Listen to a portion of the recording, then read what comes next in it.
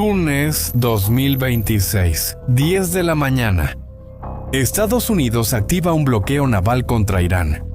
A partir de ese momento, ningún barco entra ni sale de ningún puerto iraní. Ninguno. No es una amenaza, no es una sanción solo sobre el papel.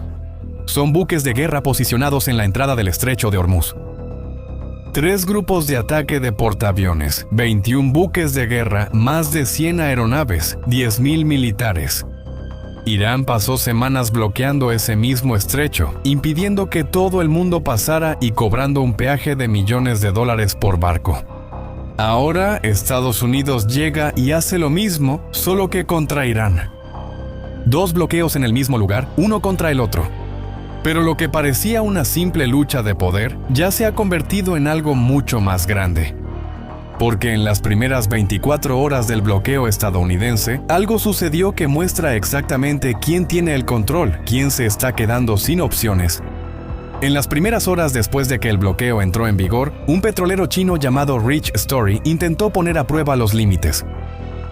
El barco, registrado a nombre de la empresa Shanghai Suanrun Shipping, se acercó a la zona de bloqueo e intentó cruzar el estrecho. Otro barco vinculado a China, el Austria con bandera de Botsuana, hizo lo mismo. Ambos retrocedieron. El Rich Story dio una vuelta de 180 grados y regresó al Golfo Pérsico. El Austria cambió de rumbo incluso antes de acercarse. En total, el Comando Central estadounidense informó que 6 barcos mercantes fueron enviados de regreso a puertos iraníes. Ningún barco logró romper el bloqueo. Al final del primer día completo, el Comando Central declaró que el bloqueo estaba completamente implementado y que el comercio marítimo de Irán había sido, en sus palabras, interrumpido por completo. 10.000 militares estadounidenses, más de una docena de buques de guerra y cazas, todo posicionado para asegurar que nada entre y nada salga de Irán por mar. Y ahora viene la parte que la mayoría de los análisis no está explicando. ¿Por qué esto es tan devastador para Irán? No es solo una cuestión de orgullo o de estrategia militar. Es una cuestión de tiempo. Y el tiempo está jugando en contra de Irán de una manera que poca gente ha entendido. Exporta 270 millones de dólares por día en productos por mar e importa otros 160 millones. Con el bloqueo, nada de eso entra ni sale. La pérdida estimada llega a 430 millones de dólares por día, más de 13.000 millones por mes. Y no hay alternativa. El 90% de la economía iraní depende del comercio marítimo por el Golfo. No se puede sustituir eso por camiones o por avión. Pero el problema más urgente es otro. Irán exporta cerca de 1,5 millones de barriles de petróleo por día. Con el bloqueo, ese petróleo no tiene a dónde ir. Necesita ser almacenado. El problema es que la capacidad de almacenamiento del país, entre 50 y 60 millones de barriles, ya está ocupada en un 60%. Eso significa que queda espacio para unos 20 millones de barriles. Al ritmo actual, esos depósitos se llenan en aproximadamente 2 semanas. Y cuando se llenen, Irán va a tener que empezar a cerrar pozos petroleros. Y cerrar un pozo no es como cerrar una llave de agua. Cuando lo cierras, pierdes entre 5 y 10% de la capacidad de extracción. Es un daño permanente. Es infraestructura que puede tardar años en recuperarse. Ya hay señales de que Irán lo está sintiendo. La empresa nacional de petroquímica suspendió todas las exportaciones hasta nuevo aviso para priorizar el abastecimiento interno. Cuando un país empieza a racionar sus propias exportaciones para sobrevivir internamente, es señal de que la presión está funcionando. Para entender cómo Irán llegó a esta situación, es necesario retroceder unos días hasta Islamabad, la capital de Pakistán. La semana pasada, Pakistán medió un encuentro directo entre Estados Unidos e Irán. Por parte de Estados Unidos, el vicepresidente Jotari Vance encabezó la delegación. Por parte de Irán, el presidente del Parlamento, Ghali Baf, llevó a cerca de 100 oficiales. Las negociaciones duraron 21 horas seguidas. Vance llamó a Trump varias veces durante la maratón. Él mismo dijo que fueron media docena, tal vez una docena de llamadas. Cada vez que necesitaba una decisión, él tomaba el teléfono y hablaba directamente con el presidente. Los iraníes no hicieron lo mismo. Ninguna llamada de regreso a Teherán.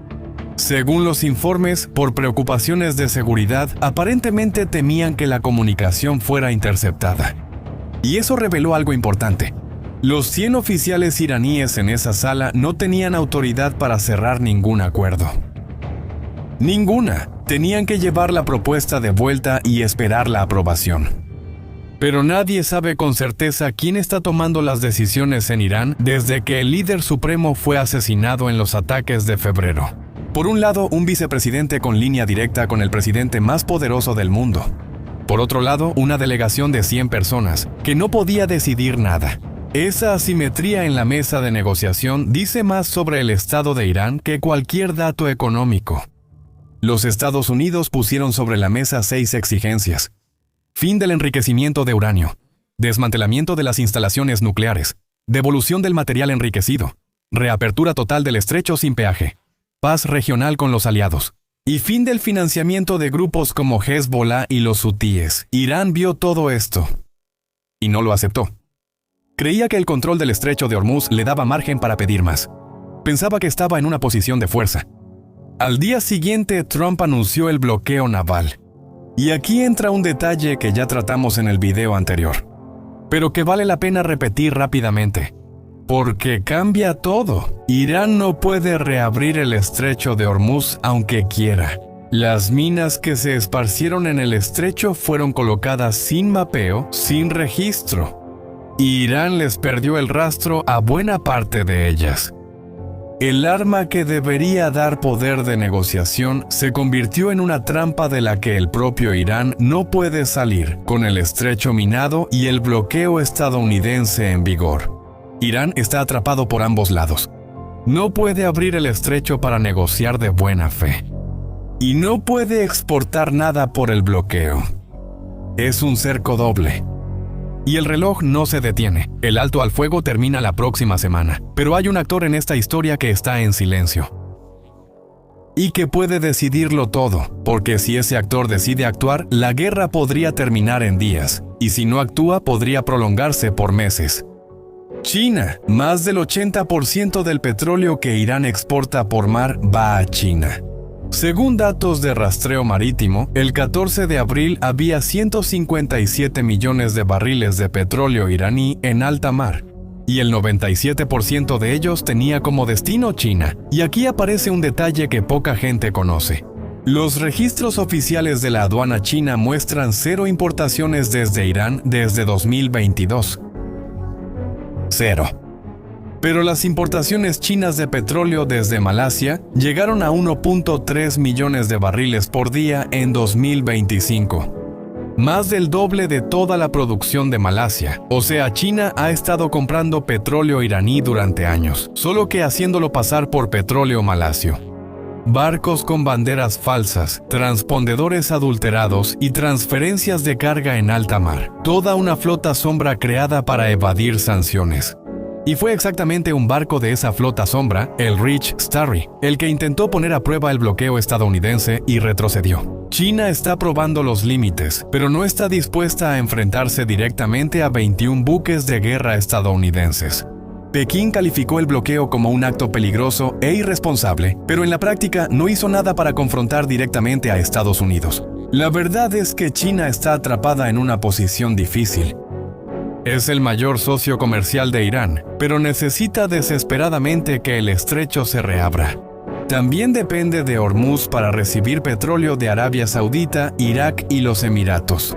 En total, cerca de la mitad de todo el petróleo importado por China pasa por ahí. China tiene reservas estratégicas de 1.300 millones de barriles, suficiente para unos 120 días. Puede sobrevivir sin el petróleo iraní. La cuestión es si quiere hacerlo. Mientras tanto, 21 buques de guerra están atrapados en el conflicto. Días. El acceso a su proveedor más barato. Y el alto el fuego se está acabando. Y es exactamente en eso en lo que Estados Unidos está apostando.